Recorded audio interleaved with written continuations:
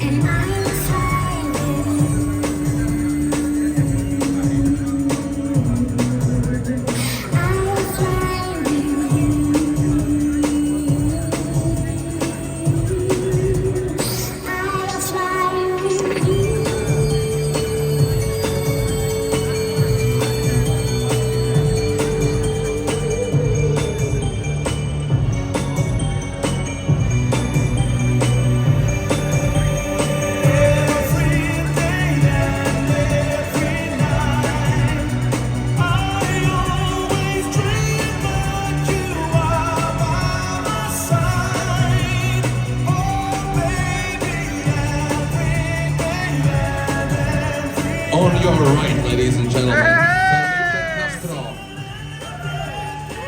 And let's sneak into Olivia's garden. 5cl Fabri Gin, 2cl Monan Lychee Liqueur, 1.5 of Fabri Italian beet sugar syrup, 8 centiliters homemade garden mix, 1.5 of tonic water.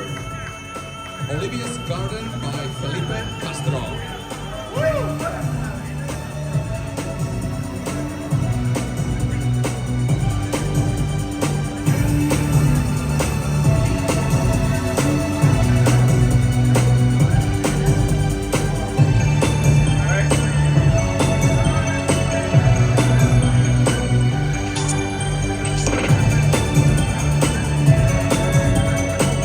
Halfway, 3:30.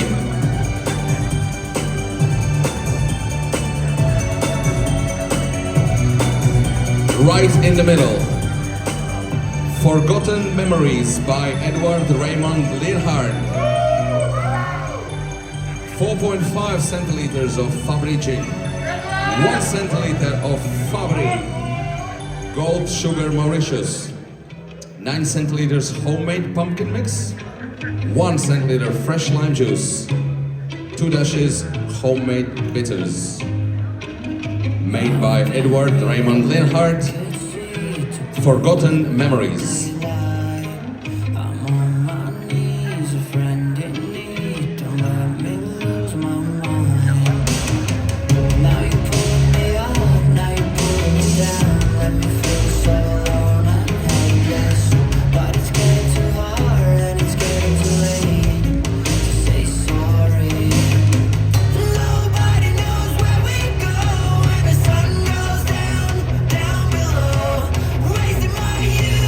Wasting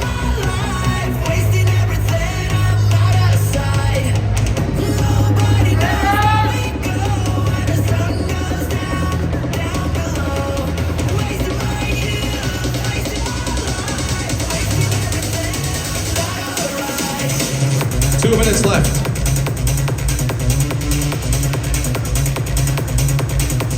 Station on the left from you. My Town Gien and her cocktail Vietnamese Passion. 5 centiliters Fabri Gin. 2 cl of Monan Peach Liqueur. 2 cl Fabri Passion Fruit Syrup. 3 cl Passion Fruit Juice. 1.5 of fresh lime juice. And 3 cl Pandan Green Tea. Vietnamese Passion by My Toy Gien.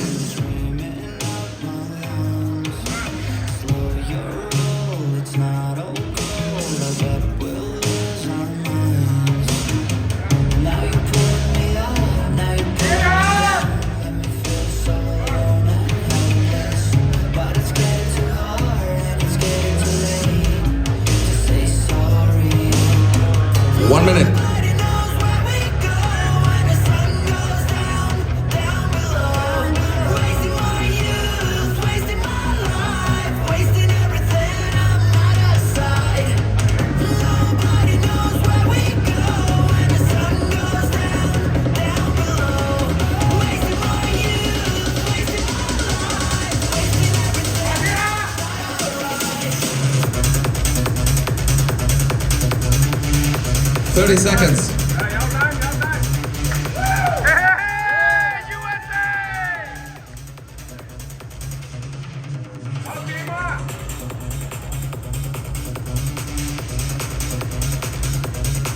Fifteen. 10. Ladies and gentlemen, time. Thank you very much.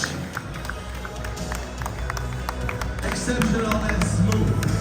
See you back with our next round of competitors shortly.